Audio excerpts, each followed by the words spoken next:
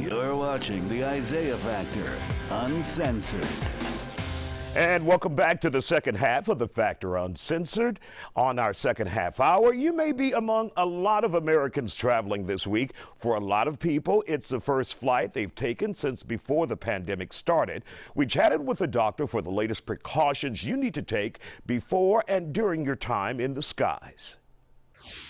And joining us tonight on the Factor Uncensored is Dr. Suma Manjanet from Kelsey-Seybold. Dr. Manjanet, for the first time in almost 2 years, I took a flight last week and didn't know what to expect in this era of COVID, but a lot of people will be doing it this week, one of the most traveled weeks of the year because of traveling for the holidays. So what advice would you have for people who are traveling first by plane because of this COVID environment that we're in? Right. So I think at this point, I'm sure a lot of the airline carriers are making sure that the parents and the children stay masked. So it is very important to keep the mask on. They have also made sure that the air change per hour in the flights is very, very good. So pretty much every few minutes, new air is coming in, so the circulation is good, but we have to do our part by making sure we are vaccinated and stay masked in the airport and the airplane throughout the journey, so that one, we are protecting ourselves and we are also protecting our co-passengers and the aircraft staff, so that we decrease the burden of the disease in the community. So Now, I think vaccination. Really quick, doctor, one of the things I was confused about was, and you just made the good point, that you should also have your mask on in the terminal. I thought, well, maybe it's just the plane and I can take it off a bit. No one said anything, but you're saying inside the terminal as well, keep it on. Correct. Yes. So the airline carriers have done a very good job of improving the air change per hour, monitoring it, and all of that. But the airport system are not subject to the same scrutiny as the aircraft carriers. So we are of course, there's a lot more passengers already. The Transportation Security Administration today reported a record number of travelers in the order of 2+ million, according to the reports, who are already traveling to meet family and friends. And I think the key is, one, we have to get vaccinated so that we can decrease the disease burden, and keep the mask on. So it's like 2 layers of protection. And if we follow these safety rules, we really can decrease the burden of disease, not take it to grandma or an uncle or an aunt or a parent who may be easily susceptible because of their health issues already that they may have. So that is important. Now, we will be, many of us, flying with children as well. No matter how young the child is, should they have on a face covering or not?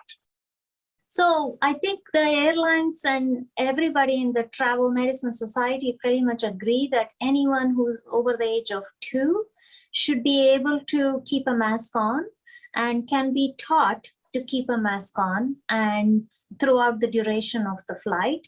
And I think even the airline industry has been pretty strict about enforcing it. So children over the age of 2 can safely be taught and advised and basically modeled. If we model our behavior by keeping a mask on, then the children are more likely to do so. So we need to make sure our children learn that behavior of keeping the mask on throughout the duration.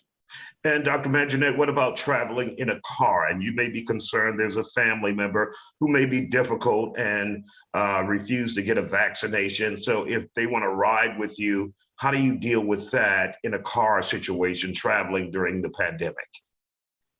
Yes, that gets a little tricky, but I would say in that case, unfortunately, everybody has to keep a mask on, because when we wear a mask, even though we are vaccinated, one, we are just because we are vaccinated, we know for a fact that we can still get COVID. Only thing is the severity of disease comes down remarkably, but that does not mean that we won't get COVID. So if we want to protect ourselves from that malady or the agony of having to be isolated for 10 days or feeling a little down and sick for a little bit and missing work or school or all of those issues, it is best if we keep a mask on too. And then, of course, the passenger who may not be vaccinated will have to keep a mask on throughout the duration.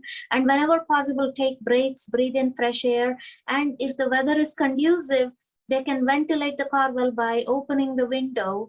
And typically we say that the person who's unvaccinated, the opposite rear mirror is, the opposite rear window is a better one to open, so that that will ventilate the car well and also decrease the virus. And the person can be tested before, so that, you know, there is less of a anxiety towards that too. So there's several PCR testing centers. I would say there's home antigen tests, there's various things that the person can do so that they are also not going to expose the other children and adults who are vaccinated but could still get the virus. All right, Dr. Suma Manjanet from Kelsey-Seybold, always good to see you. And thank you for the wonderful holiday traveling advice. Many of us will be traveling for the first time. And of course, we'll be going to family members and friends' homes where we may have some elderly people, and we really need to be careful. And like you said, the best option here is to get the vaccination. Obviously, you can still get COVID, but it's not as severe as you said.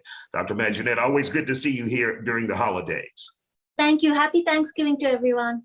Some great advice there. Be careful out there.